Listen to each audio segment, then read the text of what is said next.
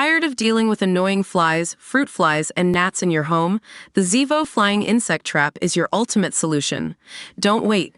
Check out the link in the video description now to get your Zevo Flying Insect Trap on Amazon and enjoy a bug-free home today. A 17-year-old boy has been charged with murder and attempted murder after 3 children were killed in a stabbing attack at a Southport dance class on Monday. The teen, who cannot be named for legal reasons due to his age, has also been charged with possession of a bladed article. He is due to make an appearance at Liverpool Magistrates Court later today. No further details have been provided by the police about the accused, beyond his age, his birthplace of Cardiff, and the fact he was living in the nearby Merseyside village of Banks. B.B. King, aged 6, Elsie Stankham, aged 7, and Alice Da Silva Aguiar, aged 9, were all killed in the attack. The boy was charged with 10 counts of attempted murder after a number of people were seriously injured.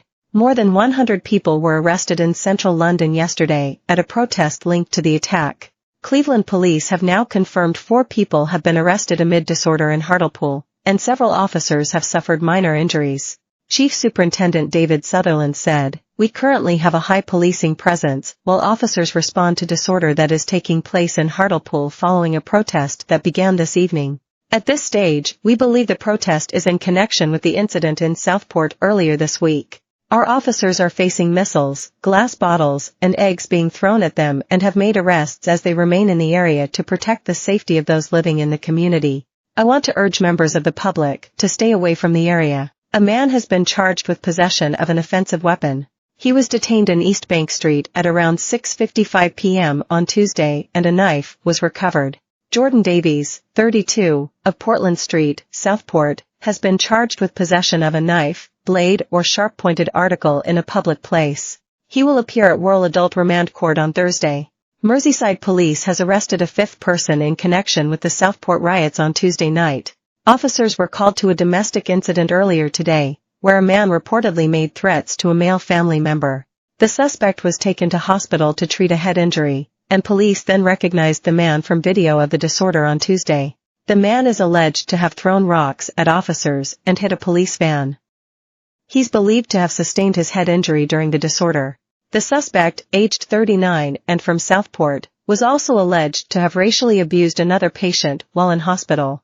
He was arrested on suspicion of violent disorder, threats to kill, and a racially aggravated public order offense. He was taken into custody to be interviewed and has now been conditionally bailed. Assistant Chief Constable Alex Goss said, "Our work to identify all those responsible for the despicable violence and aggression seen on the streets of Southport on Tuesday continues. We have been inundated with images and footage from members of the public who were outraged at the destruction carried out. The individuals involved in the disorder had no regard for the families and friends of those who so tragically lost their lives, and a community in grief. It has been heartening today to see the reaction of the whole community, who have pulled together to clean the streets, rebuild walls, and reglaze broken windows." A spokesperson for Hartlepool Police said, "There remains a policing presence in the Murray Street area while officers deal with disorder after responding to a protest. Several arrests have already been made. The road is still closed and people are advised to avoid the area." The town's MP, Jonathan Brash, said, "I'm deeply concerned about the situation that is developing in Hartlepool this evening. I will be meeting with police to discuss the response to this incident and would urge COM to allow our emergency services to do their job. These events do not represent what Hartlepool is or the values that our people hold. Violence is never the answer." Scenes of violence where protesters set vans alight and attacked a mosque have led to tougher police powers being introduced in Southport.